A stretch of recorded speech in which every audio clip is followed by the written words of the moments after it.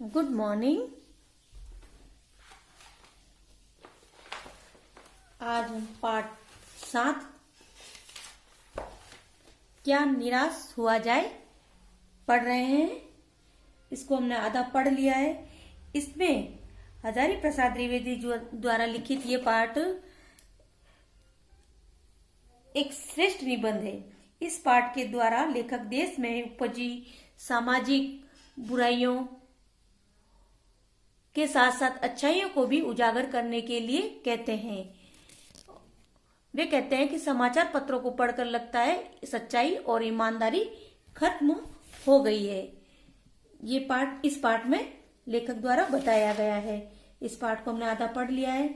आज हम यहां से पढ़ेंगे। दोषों का पर्दाफाश करना बुरी बात नहीं। बुराई यह मालूम होती है कि किसी के आचरण के गलत पक्ष को उद्घाटित करके उसमें रस लिया जाता है, तो दोषों उद्घाटन को एकमात्र कर्तव्य मान लिया जाता है। बुराई में रस लेना बुरी बात है। अच्छाई में उतना ही रस लेकर उजागर न करना और भी बुरी बात। सैकड़ों घटनाएं ऐसी घटित है जिन्हें उजागर करने से लोकचित्त में अच्छाई के प्रति अच्छी भावना जगती है, लेकिन हम लोग ऐसे नहीं हैं।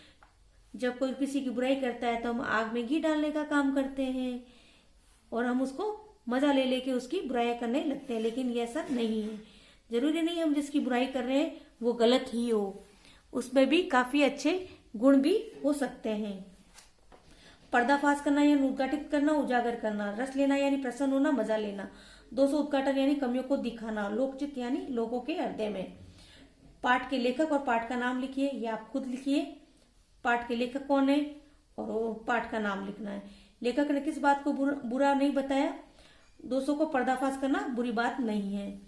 एक बार रेलवे स्टेशन का टिकट लेते हुए गलती से मैंने 10 के बजाय 100 रुपए का नोट दिया। ये लेखक ने टिकट लेने के लिए गए थे, तब 10 की जगह उन्होंने कितने का नोट दिया, 100 का। और मैं जल्दी जल्दी गाड़ी में आकर बैठ गया। थोड़ी देर में टिकट बाबू उन दिनों के सेकंड क्लास के डिब्बे में हर आदमी का चेहरा पहचानता हुआ उपस्थित हुआ।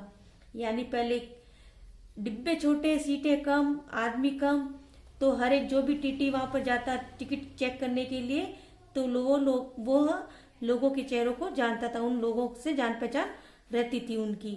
लेकिन आजकल ऐसा नहीं है। उसने मुझे पहचान लिया और बड़ी विनम्रता के साथ मेरे हाथ में 90 रुपए रख लिए और बोला, यह बहुत गलती हो गई थी। आपने भी नहीं देखा और मैंने भी नहीं देखा। लेकिन आजकल ऐसा नहीं है। अगर हम ऐसा कर भी देते हैं तो वो ना टिकट वाला हमें जानता है ना हम टिकट वाले को। हम लेने भी जाए तो वो कह सकता है कि क्या सबूत आप कि ये आप पैसे आपके ही हैं, या वो कहता है मैंने तो आपसे नहीं लिए। या बहुत बड़ी लंबी गाड़ी होती है, उसमें किसी को पहचानना नामुमकिन होता है। उसके चेहरे पर विचित्र संतोष की गरिमा थी और मैं चकित रह गया। विचित्र यानी अजीब, संतोष यानी शांति, गरिमा यानी महिमा या बड़प्पन। रेलवे स्टेशन पर लेखक से क्या गलती हुई? रेलवे स्टेशन पर लेखक से ये गलती हुई कि उसे 10 रुपए की बजाय 100 का नोट दे दिया। टिकट बाबू लेखक को ढूंढता हुआ कहाँ और क्यों आया? टिकट बाबू लेखक को ढूंढता हुआ सेकंड क्लास के डिब्बे में आया, क्योंकि लेखक के 90 रुपए उसे लौटाने थे।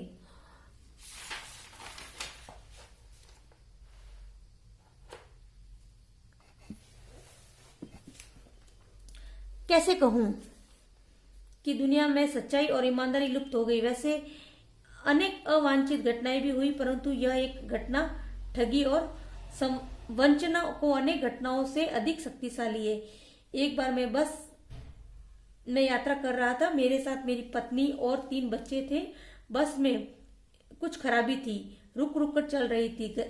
गंतव्य से कोई 8 किलोमीटर पहले ही एक निर्जन सुनसान स्थान में बस ने जवाब दे दिया, यानी बस खराब हो गई है।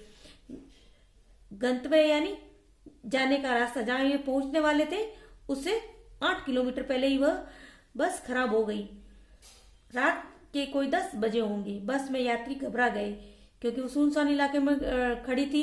तो उन्होंने सोचा कि कहीं हमें कोई डाकू वगैरह लूट न ले, हमारे साथ कोई ऐसा हादसा न हो जाए, इसलिए वो डर रहे थे। कंडक्टर उतर गया और साइकिल लेकर चलता बना। लोगों को संदेह हो गया कि हमें धोखा दे दिया जा रहा है, यानी लोगों ने उस पर संदेह करना शुरू कर दिया, शक कि कहीं ये कंडक्टर हमें छोड़ के जा रहा है, इसके साथ साथ कहीं ड्राइवर भी निकल जाए और हमें डाकू ना लूट लें।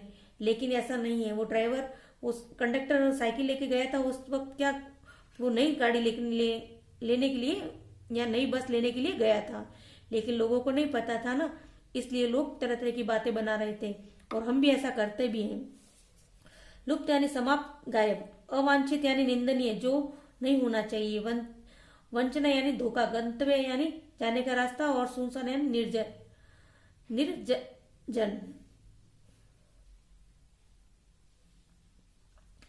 उपयुक्त गद्यांश का उचित शीर्षक लिखिए। धोखा।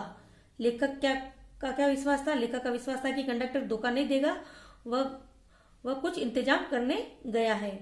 बस में बैठे लोगों ने तरह तरह की बातें शुरू कर दी। किसी ने कहा यहाँ डकैती होती है, यानी चोर डाकू वगैरह रहते हैं और लूट लेते हैं। 2 दिन पहले इसी तरह एक बस को लूटा गया था। परिवार से अकेला मैं ही था। बच्चे पानी पानी चिल्ला रहे थे। पानी का कहीं ठिकाना न था।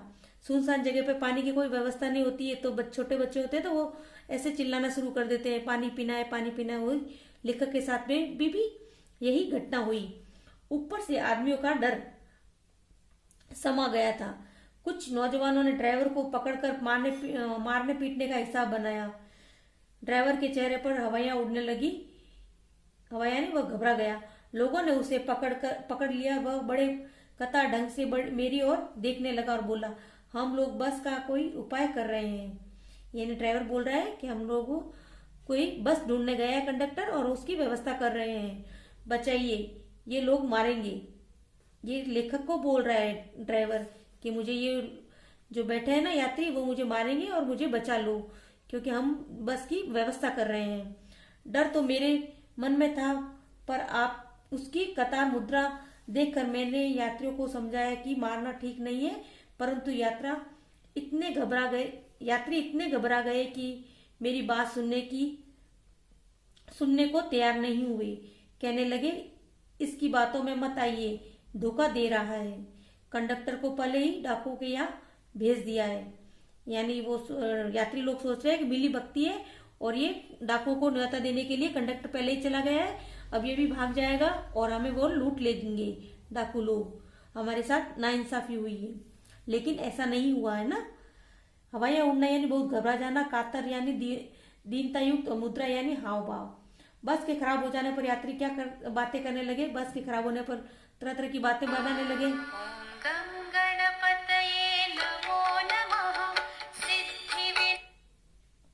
तरह तरह की बातें बनाने लगे। यहाँ से बस में बैठे लोगों ने तरह तरह की बातें शुरू कर दी। किसी ने कहा यहाँ डकैती होती है, तो 2 दिन पहले इसी तरह एक ही बस को लूटा गया था। ये पहले का उत्तर। लेखक के बच्चों का क्या हाल था? लेखक के बच्चों का हाल बुरा था। वो पानी पानी चिल्ला रहे थे। बच्चे वैसे ही चिल्लाते हैं। आज हम यहाँ तक ही पढ़ेंगे। ओके, ये उत्तर मैंने बता दिए हैं आपको, ये करना है। और साथ में आपको पेज नंबर 61 पर्यायवाची करने हैं। प्रत्येक के 3-3 पर्यायवाची आपको लिखने हैं। ये आपका होमवर्क होगा। साथ में वो क्वेश्चन आंसर भी होंगे। ओके।